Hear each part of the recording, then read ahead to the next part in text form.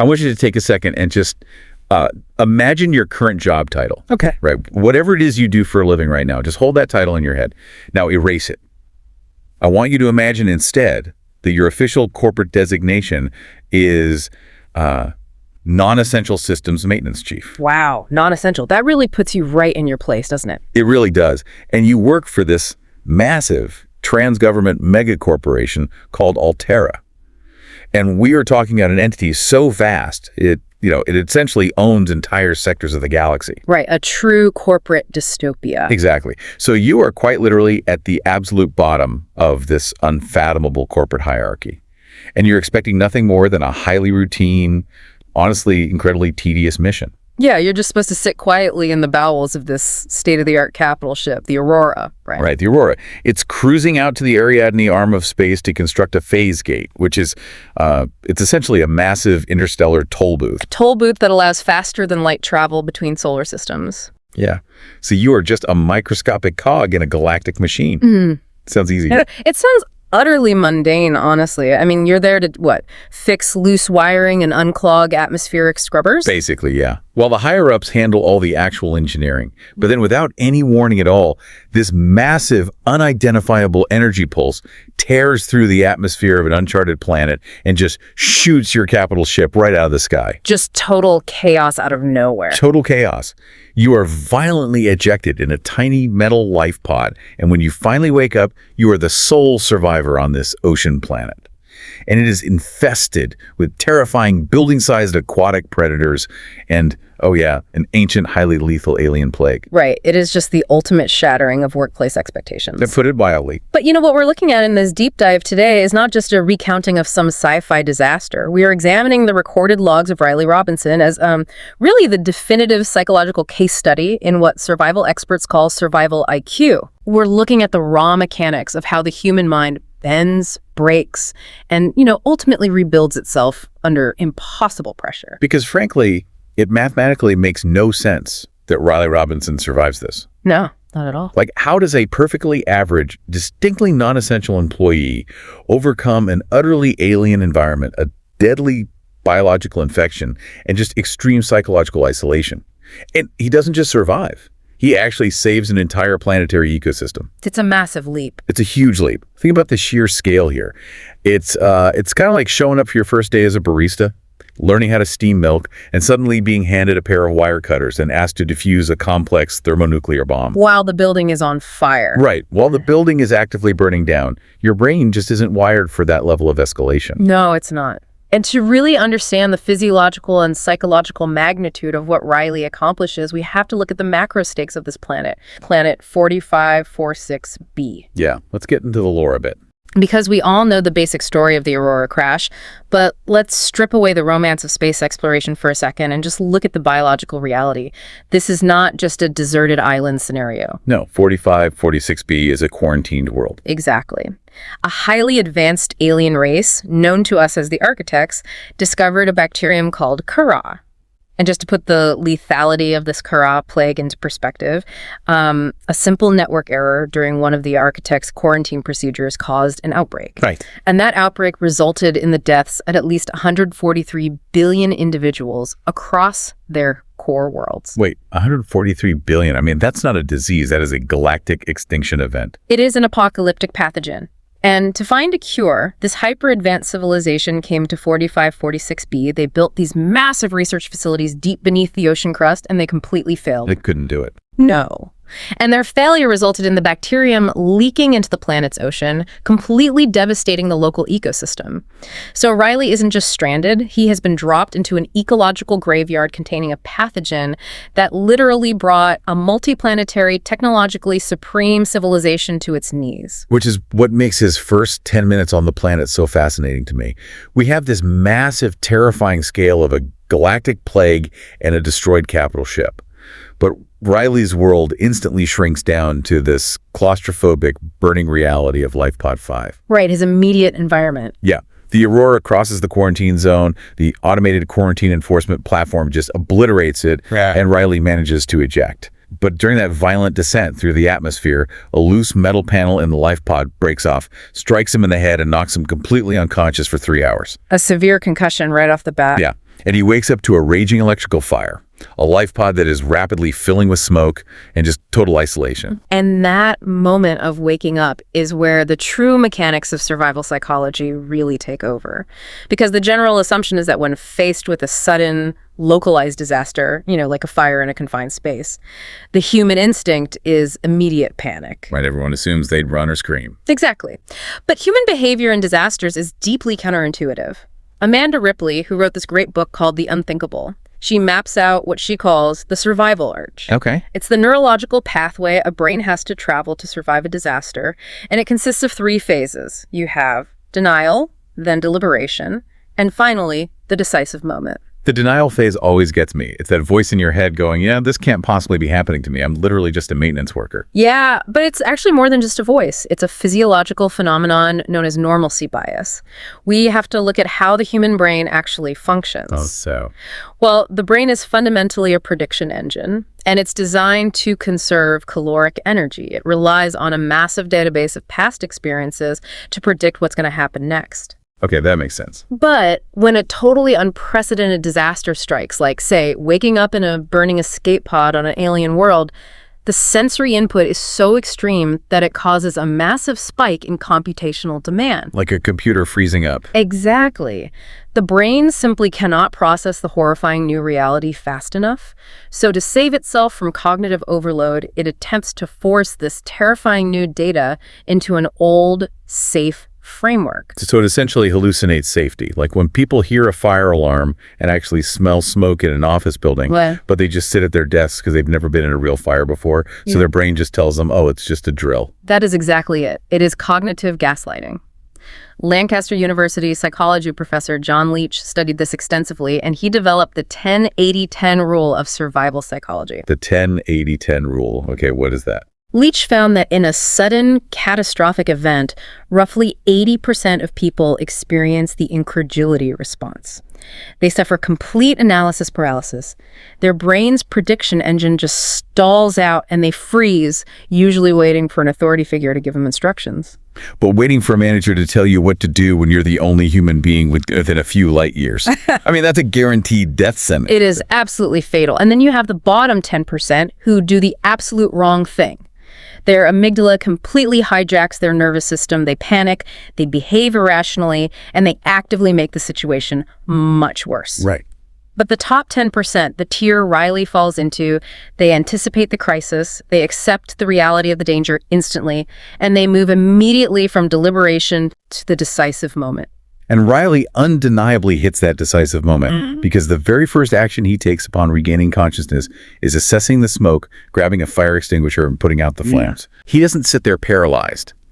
He bypasses that lawful incredulity response that has doomed so many people in historical tragedies. Like, look at the sinking of the MV Estonia in the Baltic Sea back in 1994. That's a textbook example. Right. The ship was literally filling with freezing water, tipping over. And survivors who made it out reported seeing dozens of people just sitting in the dining area in total shock. They weren't screaming, they weren't running, they were just sitting there as the water rose, completely unable to move. Their brains just couldn't process the novelty of the disaster. The Estonia is a harrowing baseline for what normalcy bias looks like in an aquatic disaster. The faster a nervous system can integrate the sensory data of a disaster and accept the new, horrifying reality, the quicker it can execute a survival action. And Ryley does this flawlessly with the fire extinguisher. I have to challenge this framing a little bit, though. Oh, really? Okay. Yeah, are we giving Ryley a bit too much credit for, anticipating this crisis? Let's look at the biology of what actually happened. He got knocked out cold by a metal panel. He was unconscious for 3 entire hours. Didn't that concussion actually save his life? How do you mean? Think about it. He slept through the most traumatizing part of the entire event. He didn't have to experience the agonizing 3-hour terror of falling through the atmosphere, or listening to the comms chatter as his crewmates were incinerated, or bracing for a lethal impact. That's true. So, did sleeping through that initial horror act as a biological buffer? Like, did it prevent his brain from being totally fried by cortisol, allowing him to wake up with a fresh slate directly into the decisive phase? That is a very compelling angle, but I would actually argue the exact opposite. Really? Why? Because being unconscious during the descent doesn't give you a fresh slate at all. It actually severely disadvantages your orienting response. Yes, acute, prolonged terror floods the system with cortisol and adrenaline, which degrades the prefrontal cortex, the part of the brain that handles logical planning.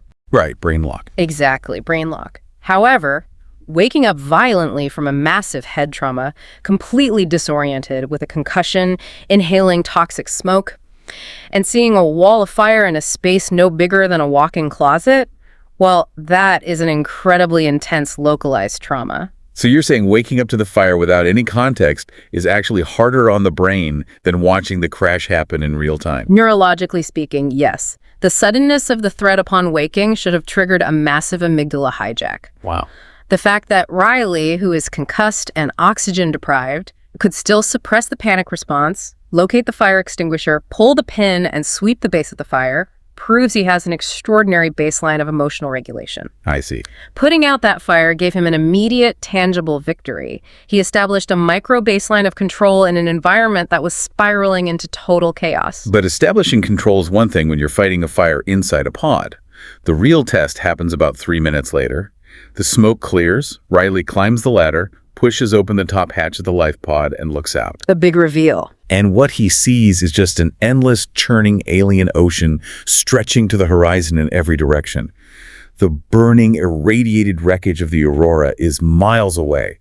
He's not fighting a localized fire anymore. He is fighting the infinite, overwhelming terror of the unknown. Yeah. So how does a maintenance worker look at an alien ocean and not just climb back down the ladder, curl into a fetal position, and wait to die? This is where we transition from acute trauma response to the neuroscience of chronic uncertainty. Okay, break that down for me. When Ryley looks out at that endless water, his visual cortex is feeding data that triggers some of our most primal evolutionary fears. You have thalassophobia, which is the fear of deep, unknown bodies of water, and kenophobia, the fear of vast, empty spaces. Just looking at it is terrifying. Right. Down in the limbic system, his amygdala is screaming that he is exposed to predation. It's dumping noradrenaline into his bloodstream, preparing him to either fight or flee. But simultaneously, his prefrontal cortex is trying to map the environment, calculate resources, and plan a logical response. Which is an impossible calculation. Because you can't punch an ocean, and you have nowhere to run when you're floating in the middle of it. The fight or flight response is completely useless here. It is worse than useless, actually. If left unchecked, the metabolic cost of that panic will literally exhaust his body to death. Oh, wow. This negotiation between terror and logic happens in a part of the brain called the thalamus. Think of the thalamus as an air traffic controller. I like that analogy. The prefrontal cortex is a massive 747 carrying all your logic, planning, and executive function, trying to land safely. The amygdala is a Category 5 hurricane actively destroying the runway. That paints quite a picture. True survival isn't about ignoring the hurricane. It's about the air traffic controller managing the descent despite the storm. Survival expert Lawrence Gonzalez maps this out in his book Deep Survival through what he calls the S-P principle. Stop, think, observe, plan. Stop, think, observe, plan. That maps brilliantly onto Ryley's early routine in the safe shallows.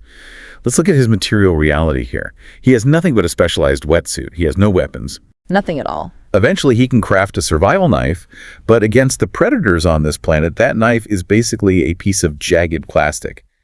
So he can't rely on brute force. Definitely not. He has to sit in his pod, look at the water, and engage that air traffic controller in his brain to plan micro steps. He has to dive into the water, avoid toxic gasopods, and catch these little alien bladderfish just to filter their membranes for a few drops of drinking water. He has to scavenge acidic mushrooms from the seabed to synthesize basic batteries. And those microsteps are the absolute core mechanism of survival IQ. Gonzalez found that survivors never focus on the macro threat. Right. If Ryley wakes up and his prefrontal cortex attempts to solve the problem of, how do I build an interstellar spacecraft to escape this solar system, the sheer computational impossibility of that goal will trigger despair and paralysis. It's too big. Exactly. Instead, he shrinks the horizon of his goals. The objective becomes, how do I secure 16 ounces of drinkable water before the sun goes down. It's the ultimate application of the classic survival analogy from Ben Sherwood's book, The Survivor's Club. He asks, how do you eat an elephant? And the answer is always one bite at a time. Ryley is eating the entire planetary ecosystem of 4546b, one microscopic bite at a time. That brings us directly to the framework developed by Dr. Kenneth Kamler. Dr. Kamler studied human physiology in extreme environments like Mount Everest and deep-sea dives. The extremes of the extremes. Exactly. And he identified 5 distinct factors of survival. You have knowledge, conditioning, luck, the will to survive, and the absolute most critical one, applied knowledge. Applied knowledge. Yes. Applied knowledge is Ryley's definitive superpower. We can contrast him with the other humans who crashed on 4546b a decade prior. Margaret Maida, a hardened mercenary, tried to survive through raw aggression. She tried to fight the ocean. Which didn't end well for her. No, because a human being is fundamentally not an apex predator in a marine environment. Ryley survives because he uses his scanner. He swims around scanning fragments of destroyed technology, he scans the flora, the fauna, and his PDA synthesizes blueprints. He uses sheer intellect to build tools that overcome his severe biological vulnerabilities. The scanner is such a vital piece of this psychological puzzle. Think about what Ryley is actually doing. Waking up, scanning a fragment of metal, building a flashlight, repairing a broken radio. It's very methodical. It is a physical manifestation of a psychological grounding exercise. When someone is having a severe panic attack, clinical therapists will often tell them to name 5 things they can see, 4 things they can touch, 3 things they can hear. Yes, the 5-4-3-2-1 method. Right. It forces the prefrontal cortex back online. Every single time Ryley points his scanner at a terrifying alien fish or synthesizes a piece of titanium, he is taking this chaotic, infinite, murderous ocean and categorizing it. He's making sense of it. He's putting it into a structured, logical box that his brain can handle. He is literally domesticating the unknown. Domesticating the unknown is a brilliant way to describe the mechanism of applied knowledge. He is turning a threat into a resource. Exactly. But, the topography of 4546b doesn't allow him to stay in the safe shallows forever. To get the resources to build advanced habitats and submersibles, he is forced to go deeper. And it gets so much worse. It does. As he descends into the kelp forests, the grassy plateaus, and eventually the abyssal depths, the psychological pressure compounds perfectly with the physical water pressure. The literal crush depth of the ocean mirrors the psychological crush depth of his mind. Because right as he starts to master his immediate surroundings, the reality of the planet delivers a devastating 1-2 punch that completely shatters his micro baseline of control. 2 massive blows. Yeah. First, he learns the truth about the environment. He is infected with the Kara bacterium. His PDA confirms it. He starts seeing glowing green pustules erupting on his own skin. He realizes he has contracted the exact same plague that wiped out 143 billion highly advanced alien individuals. And that infection fundamentally changes the architecture of his trauma. Up until the Kara diagnosis, Ryley's anxiety was purely environmental. It was external. Right, dodging fish? Exactly. He was dodging stalker teeth, managing oxygen levels, avoiding Reaper Leviathans. Environmental threats can be observed and avoided. But Kara introduces profound existential anxiety. Because he can't run from it. No, the threat is now intracellular. It is replicating inside his own body. He is fighting his own biology, and there's a very real, non-negotiable ticking clock on his cellular survival. And right as he is grappling with his own biological expiration date, the universe just dangles salvation right in front of his face, only to violently rip it away. The sunbeam. A rescue ship actually picks up his automated distress signal. They establish radio contact. They fly all the way to 4546b. They give him the exact coordinates of their landing zone. It's a miracle, basically. It is. So Ryley builds a vehicle, navigates to the island rendezvous point, stands on the beach, and watches the ship break through the clouds. And then the massive alien quarantine enforcement platform swivels its energy weapon and completely vaporizes the sunbeam right before his eyes. Just absolute devastation. Thousands of pieces of burning metal fall into the ocean. The entire crew is dead. His rescue is gone. The destruction of the sunbeam is the absolute fulcrum of Ryley's psychological journey. Witnessing that event forces his mind directly into the crucible of what psychologists call the Stockdale paradox. Let's break down the Stockdale paradox because it is so counterintuitive to how we are conventionally taught to think about survival. It's named after Admiral James Stockdale from the Vietnam War, right? Correct. Admiral Stockdale was the highest-ranking United States military officer held in the Hanoi Hilton prisoner of war camp. He was imprisoned for over 7 years, enduring repeated torture, solitary confinement, and extreme deprivation, without any timeline for release. Unimaginable. Years later, a researcher named Jim Collins interviewed Stockdale and asked him a very specific question, he said, who didn't make it out of the camps. And Stockdale's answer shocked Collins. He said, "Oh, that's easy. The optimists." Which sounds completely backward. Yeah. We are constantly told that a positive mental attitude is the key to overcoming adversity. Why would the optimists be the ones who die? Because of how the brain processes dashed expectations, the optimists in the POW camps would tell themselves, "We're going to be rescued by Christmas." They would artificially tie their hope to a specific external event. Okay, I see where this is going. And Christmas would come and Christmas would go, and they were still in cages. Then they would reset. They'd say, "We'll be out by Easter," and Easter would come and go. Stockdale noted that these men ultimately died of a broken heart. Their baseline of reality was completely shattered by repeated disappointment. The Stockdale paradox dictates that a true survivor must ruthlessly, coldly accept the brutal, unforgiving reality of their current situation without any sugarcoating, while simultaneously maintaining an absolutely unwavering internal faith that they will ultimately prevail in the end.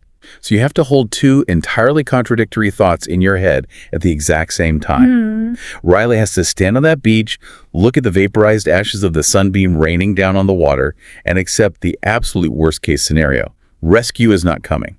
The planet is enforcing a lethal quarantine. I am infected with an incurable alien plague, and I am entirely alone. Yeah. But at the exact same neurological moment, he has to tell himself, I am going to get off this rock. He has to balance brutal realism with unyielding resolve. We can see what happens when survivors fail to navigate this paradox by looking at the Degassi crew who crashed before him. Right, Bart and Margaret. Bert Torgall, the bright young scientist, ultimately succumbed to the Cara bacterium because he fell too far into realism. He realized that humanity was hopelessly outmatched by the planet, and he just surrendered to the ecosystem. He gave up. And Margaret Maida chose the opposite, extreme, pure, stubborn defiance and violence, completely ignoring the reality of her limitations. Ryley has to find a third path. He has to integrate Bart's scientific curiosity and respect for the planet with Marguerite's sheer tenacity, all governed by the discipline of the Stockdale paradox. But this is where I really struggle with the psychology of it. How do you distinguish between the unwavering faith required by the Stockdale paradox and just, pure delusional optimism? It's a fine line. I mean, you just watched a capital-class rescue ship get blown into subatomic particles. Yeah. Your skin is glowing green with space plague. Every metric of logic dictates that you are dead. Isn't the most rational, scientifically sound response at this point to just sit down on the beach, look at the sunset, and accept your fate? How does his brain chemically justify continuing the fight when the math says it's over? That is the exact threshold where mere survival ceases to be enough, and the psyche requires something deeper. You are entirely correct. On paper, his situation is mathematically hopeless. Completely hopeless. If a human being is driven purely by the selfish biological imperative to survive, they will give up when the metabolic cost of survival outweighs the statistical probability of success. The math just doesn't work. Exactly. When the primal drive to just stay alive is broken by impossible odds, the human mind must construct a higher purpose to justify enduring extreme suffering. Ryley has to transition from a struggle for survival into a search for profound meaning. Which is incredibly difficult because he has no external support structure. It's not like he has a family back home that he's trying to get back to or children to protect. He's a non-essential worker.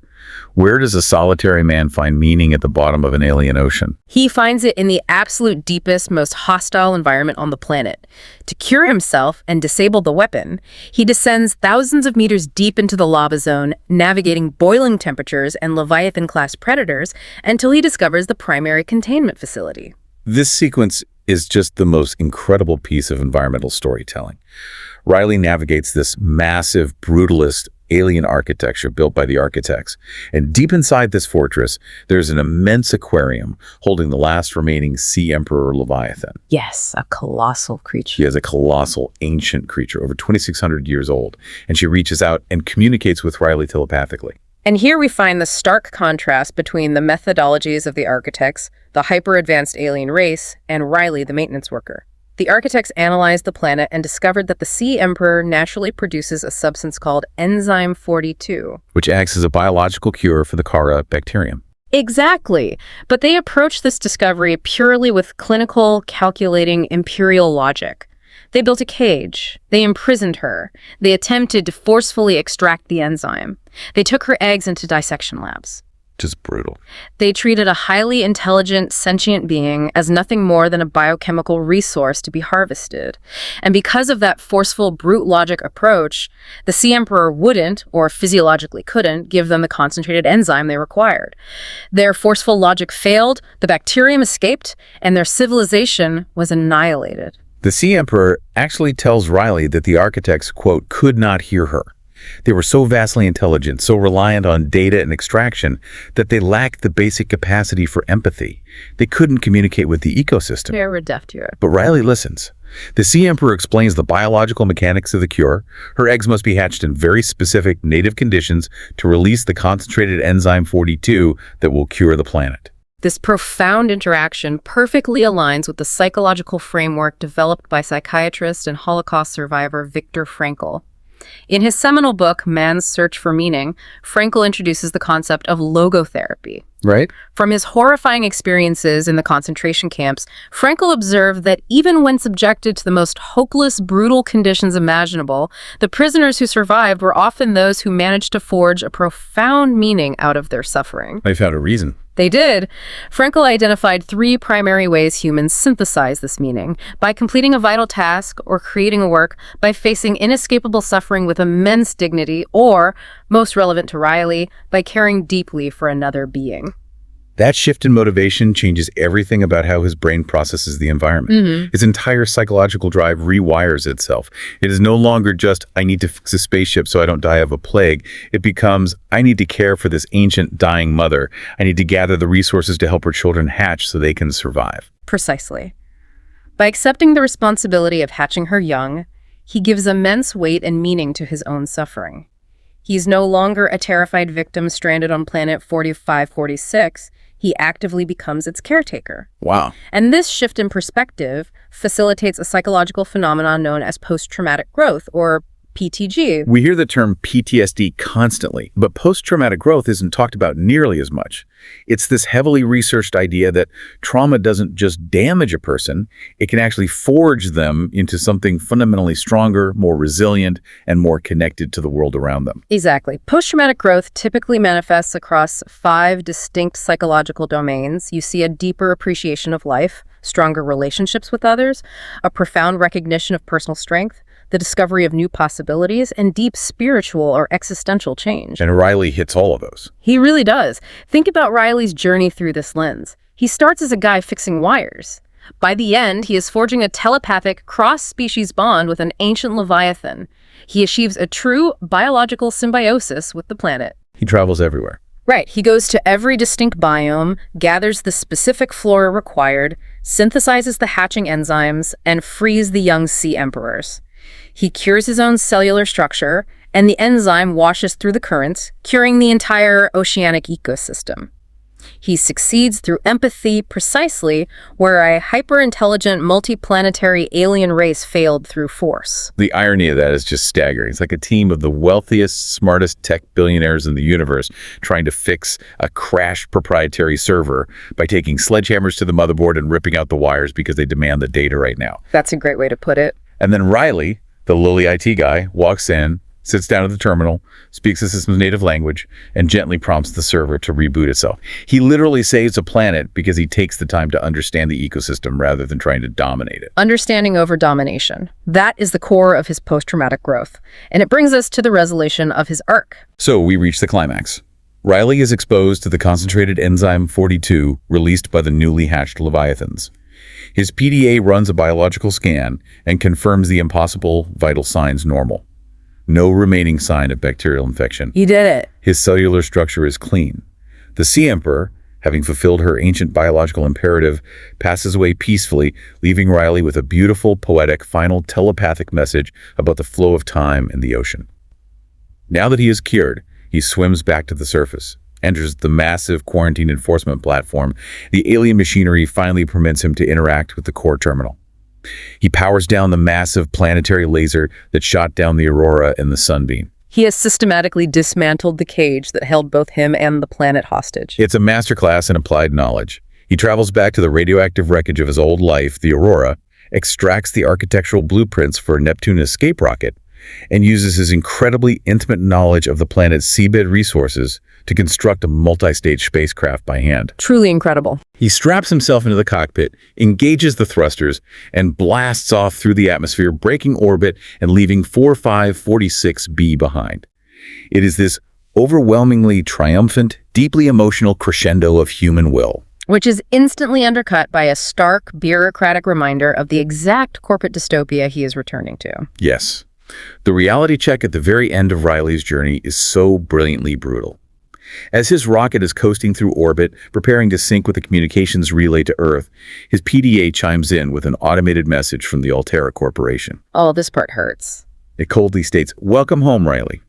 Please note that you have an outstanding balance of 1 trillion credits for the planetary resources you consumed during your stay." Just brutal. 1 trillion credits. The man just cured a galactic extinction-level plague, saved an ancient species, and survived hell, and his employer is billing him for the titanium he mined to build his flashlight. It serves as a dark, razor-sharp critique of hypercapitalism, but it also brilliantly highlights the vast psychological chasm between Ryley and the society he comes from. How so? Altera, much like the extinct architects, views the universe strictly through the lens of extraction.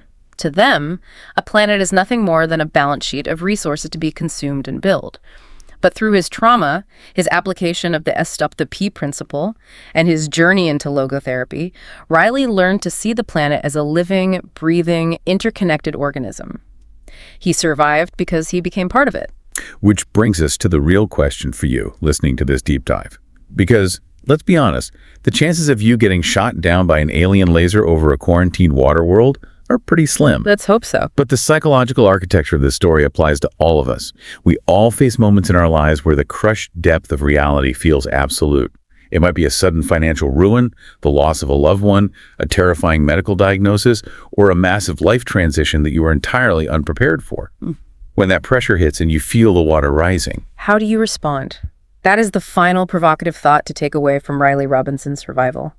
When you are thrust into the dark, overwhelming depths of your own life, do you react like the architects? Do you try to fight the current with brute force, demanding that reality conform to your rigid expectations and ultimately breaking yourself against it? Or do you take the time to stop, think, observe, and plan? Can you ruthlessly accept the reality of your situation without losing faith in your eventual success? it's the Stockdale paradox. Right. Are you learning to swim with the current, to understand the ecosystem of your trauma, and to find a profound meaning in the struggle that goes beyond just keeping your head above water? Survival in its truest form isn't just about refusing to die. It's about actively finding a reason to live. You step into the chaotic, terrifying waters of the unknown, and instead of trying to empty the ocean, you adapt. You learn how to breathe underwater. Exactly. Well, that brings us to the end of today's deep dive into the survival psychology of Planet 4546b.